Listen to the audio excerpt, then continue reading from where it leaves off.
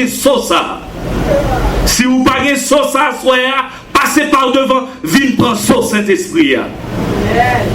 Jeunes garçons, jeunes filles, vous avez besoin de ce Saint-Esprit. Parce que actuellement, dans le monde, ça monde l'enviré.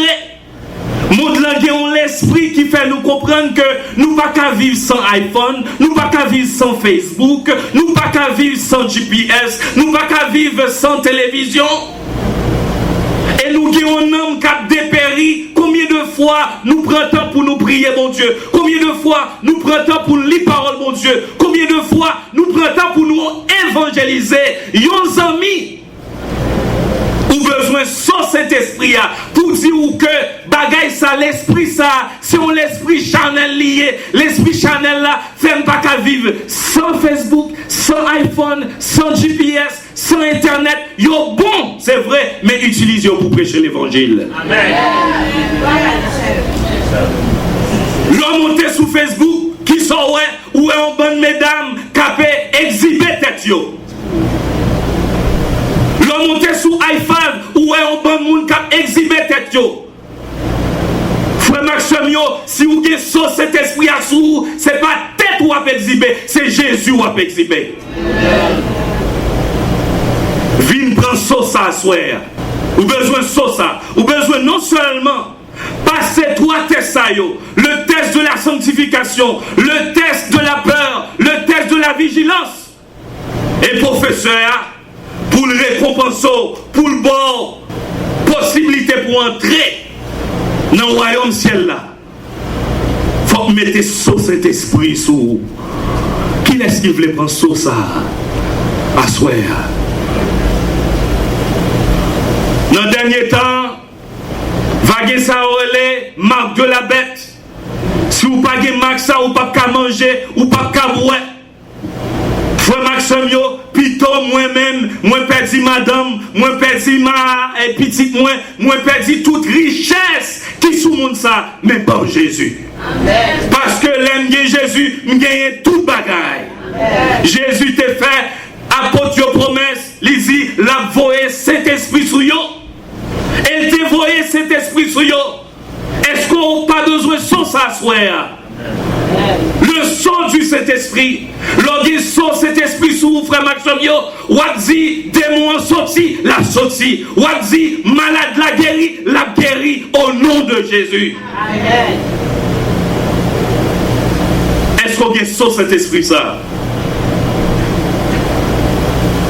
Nous allons le camper là comme preuve que vous t'étendez des messages là. Est-ce que vous passez le test de la sanctification déjà, ou passez le test de la peur, ou passez le test de la vigilance? Est-ce que dans le canet, vous avez saut, dans le canet la vie, est-ce que vous avez saut cet esprit? On dit souvent que tout vient à point à qui sait attendre. Mais qui nous a appris à part l'attente elle-même? J'ai souvent tout gâché, car trop pressé. La patience est devenue mon ami. La patience est devenue mon allié. Un arrêt, ma chance quand on monte s'acharne m'allier. T'as charrié ma danse seule, je me faisais cavalier. Contrarier ma chance, ça finit avec les mailliers. Je cherche les mots pour retrouver courage. Comme dirait mamie, patience et longueur de temps font plus que force, plus que rage. Je fais des chèques en déception, ponctué par quelques joies et chèques en réception. Toujours à sec, oui souvent à court de maille. J'ai fait la bourde gars et j'ai tiré la courte paille. Des coups de paille de pression et ma foi est mise à mal. J'y crois plus, j'attends le coup d'épée comme Isaac. Partout ça cogne, comme les croisades de Pisa. Accra la paix impossible comme le Barça menait 10 à 4. Y'a plus de héros de Rose Bar, j'ai de son masque et plie sa cape. Donne-moi la patience ici, sous la pluie ça claque. Calme mes nerfs mon Dieu, je perds patience. À fleur de peau ma tranquillité est vacillante. Éclaire-moi de ta science, celle de la sagesse. Accorde-moi l'endurance dans ma course, pas la vitesse. Calme mes nerfs mon Dieu, je perds patience. À fleur de peau ma tranquillité est vacillante. Éclaire-moi de ta science, celle de la sagesse. Accorde-moi l'endurance dans ma course, pas la vitesse. Révélation, patience, loin des yeux quand l'amour se proue dans l'attente et la distance. Et les choses sont ainsi, Chronos avance à son rythme. Le temps est affaire que nul homme ne le dicte. De l'échelle de l'éphémère transposée à l'infini. Que du mal Yahweh me préserve et qu'il guide ma vie. Car elle se construit de tout le temps. Entre le soleil de mes victoires et la pluie de mes tourments. Entre révélation et élévation, forgé à travers les feux des tribulations.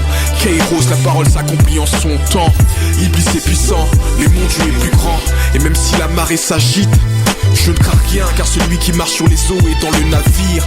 Donc à l'ombre de ses ailes, j'attends patiemment que la gloire à venir supplante les souffrances présentes. Calme mes nerfs, mon Dieu, je perds patience. À fleur de peau, ma tranquillité est vacillante. Éclaire-moi de ta science, celle de la sagesse. Accorde-moi l'endurance dans ma course, pas la vitesse.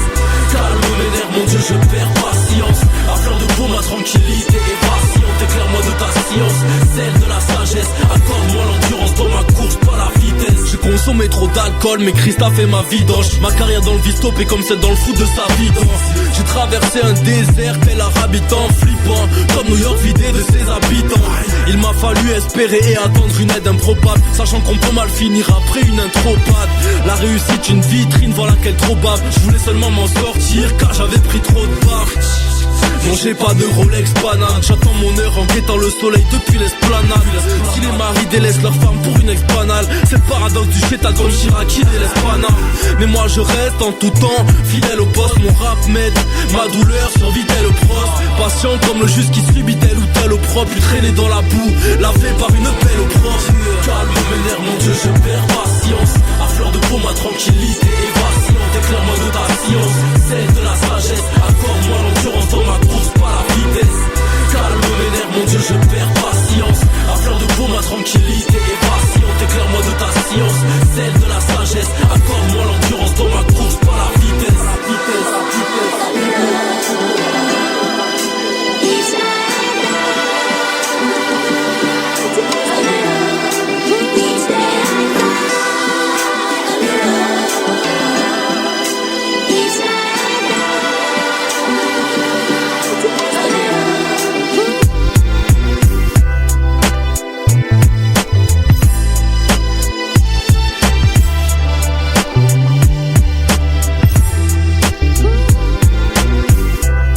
Nouvelle fois, bonsoir à tous. Une nouvelle fois et pour la dernière fois. Nous avions préparé cette série de conférences pour la période de Toussaint. Cela nous paraissait si lointain. Et voilà que déjà nous allons devoir nous serrer la main, nous dire au revoir, nous dire adieu peut-être. J'aimerais dire à quel point j'étais heureux de participer à cet effort. Je me sens très honoré de l'appel qui m'a été adressé pour être le porte-parole des communautés évangéliques pour la prédication de l'évangile dans votre région. Nous abordons maintenant, donc une dernière fois, le sujet des 3 résurrections de la mort à la vie. Une soirée comme celle-ci est tout à fait différente des conférences, spectacles et autres manifestations qui se font dans le monde, dans ce sens que lorsque vous assistez à une soirée quelconque, vous entrez, vous payez votre place, vous sortez et vous êtes quitte.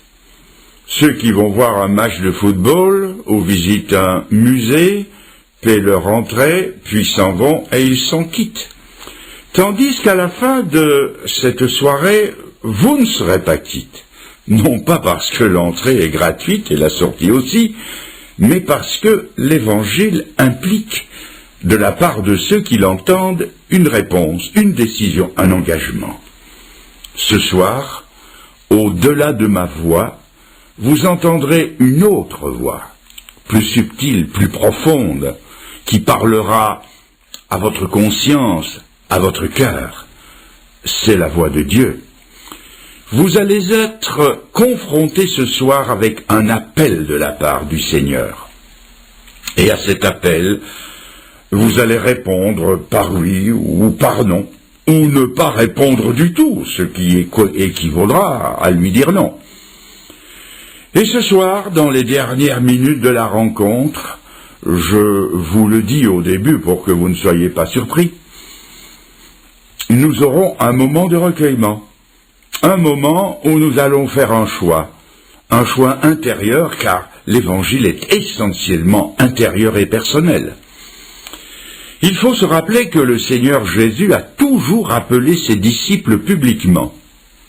Et les premiers chrétiens, lorsqu'ils prêchaient l'évangile, accompagnaient leur prédication d'une cérémonie de baptême public. Ils demandaient aux gens de s'avancer et de se faire plonger entièrement dans l'eau, d'après le sens étymologique du mot baptiser, qui veut dire plonger. Bien sûr que si je vous proposais le baptême ce soir, vous ne vous y prêteriez probablement pas. Je n'ai d'ailleurs pas d'eau à ma disposition. Mais il y a quand même une décision ouverte qui doit se prendre. Les soirs passés, j'ai offert une carte de décision à la sortie. J'ai demandé 1 minute de recueillement suivie d'une décision intérieure. Ce soir, je demanderai quelque chose d'autre. Pendant la minute de recueillement, je vous demanderai de faire le point dans votre vie. Et si vous êtes d'accord avec le message du salut, je vous demanderai de marquer votre décision par un geste très simple et pourtant difficile, un geste qui vous engagera, non pas vis-à-vis de moi ou vis-à-vis de nous, mais vis-à-vis du Seigneur, un geste que le Seigneur verra. Ce sera de lever votre main 1 seconde, ce qui voudra dire « Seigneur, c'est d'accord, je me tourne vers toi.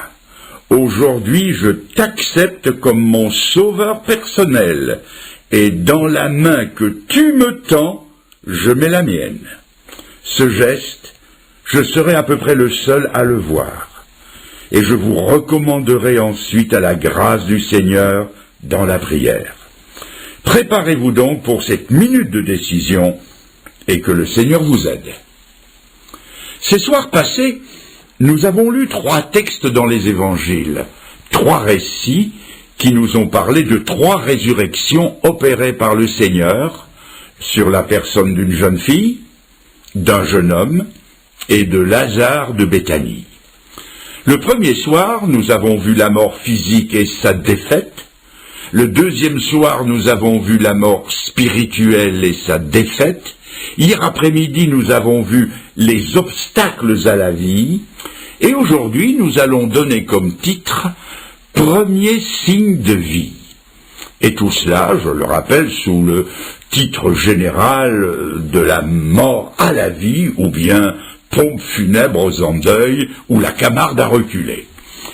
Relisons donc ces textes en prenant d'abord dans l'évangile de Luc au chapitre 7 et à partir du verset 13, j'ouvre la Bible là, le récit du jeune homme, fils de la veuve de Naïn.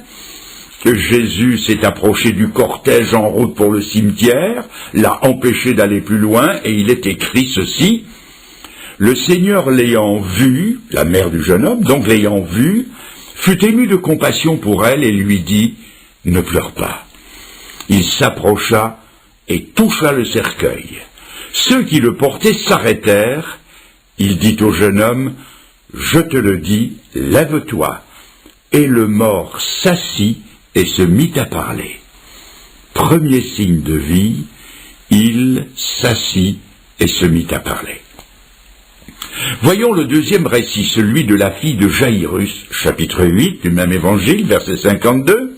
Le Seigneur s'approche, et je lis que tous pleuraient et se lamentaient sur elle. Alors Jésus dit: ne pleurez pas, elle n'est pas morte, mais elle dort. Et il se moquait de lui, sachant qu'elle était morte. Mais il la saisit par la main et lui dit d'une voix forte: enfant, lève-toi.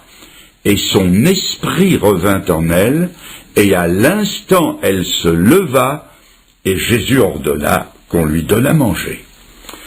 Premier signe de vie, elle se lève et elle mange. Maintenant, dans l'évangile de Jean, au chapitre 11, nous avons le récit de la résurrection de Lazare, et au verset 43, on trouve le Seigneur devant le sépulcre. La pierre a été roulée et je lis, Ayant dit cela, il cria d'une voix forte, Lazare sort.